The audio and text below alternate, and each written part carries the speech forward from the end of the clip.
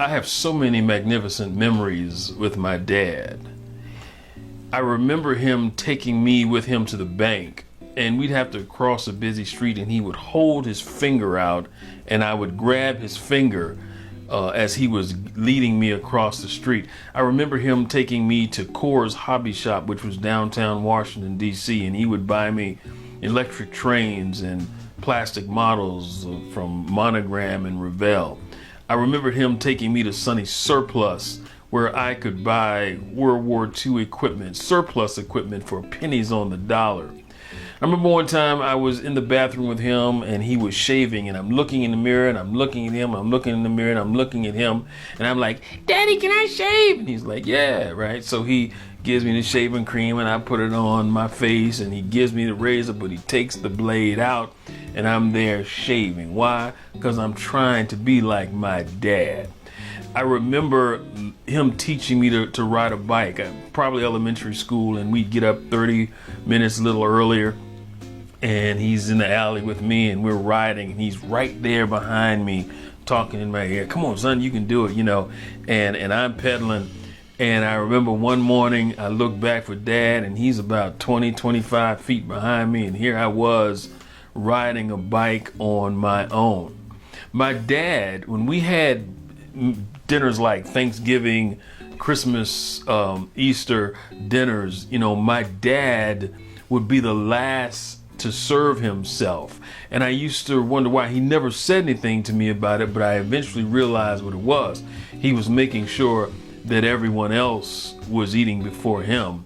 And so at that point, I became the second to last person to serve because I wanted to be like my dad.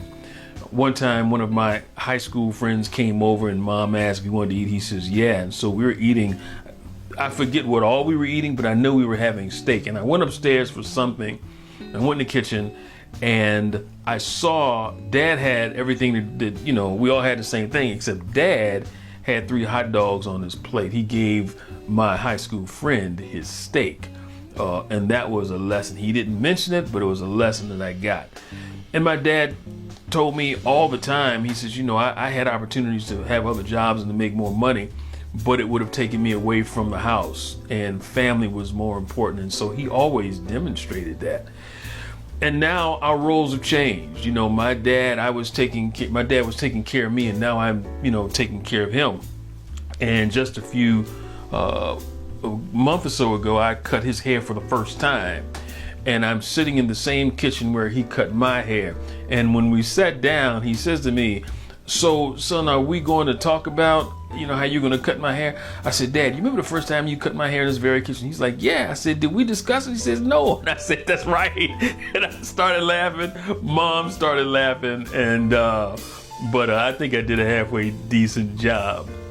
But I think the thing that stands out most, and this has happened a few times, but even most recently, Dad is talking to me and he says, "Son, I'm proud of you."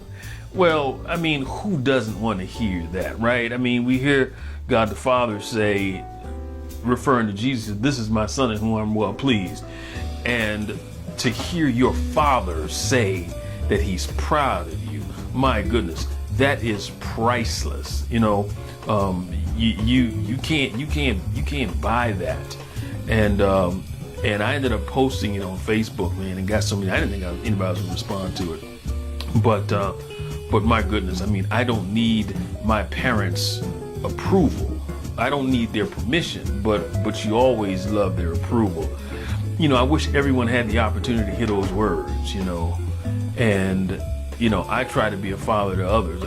Not only to my girls, who are fully grown now, but when I've coached, when I've been in the classroom, when I have had school groups, I try to be that sort of father figure. Somebody just mentioned that a couple of like last week. They said, "Man, you ought to be a father figure, something." Well, listen, that's what I'm always trying to do, and I'm getting better at it. But that's because of my dad. I'm trying to be like him.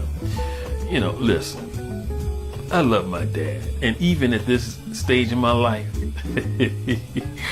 I still want to grow up to be like him.